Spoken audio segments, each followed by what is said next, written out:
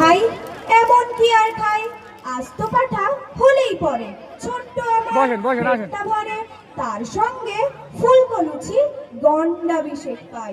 এমন কি আর খাই, চপ কাটলেট পড়লে পাতে, আপত্তি আর নাইকো তাতে, কোপ্তা কাবাব কালিয়াতে অমত আমার নাই। এমন কি আর খাই, হয় না হজম এখন দাদা, খাওয়া দাওয়ায় অনেক বাধা, তাই তো এখন বুঝে সুঝে খাবার খেতে চাই। এমন কি আর খাই।